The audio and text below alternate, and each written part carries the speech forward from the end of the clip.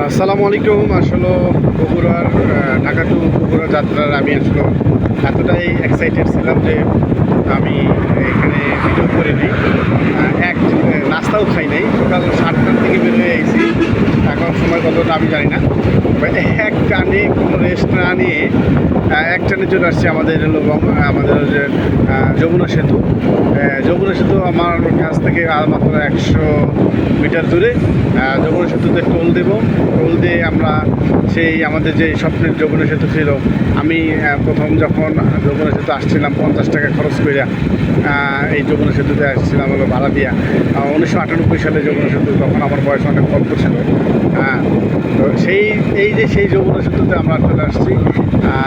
খুবই এক্সাইটেড আসলে নারীর টানে বাড়িতে যাওয়া, এটা আসলে খুবই অন্যরকম একটা ব্যাপার। তো বন্ধুরা চলেন, এই যে সামনেই টোল প্লাজা, আমরা টোল দিয়ে আমরা ব্রিজে অনেক কথা বলতে চাই।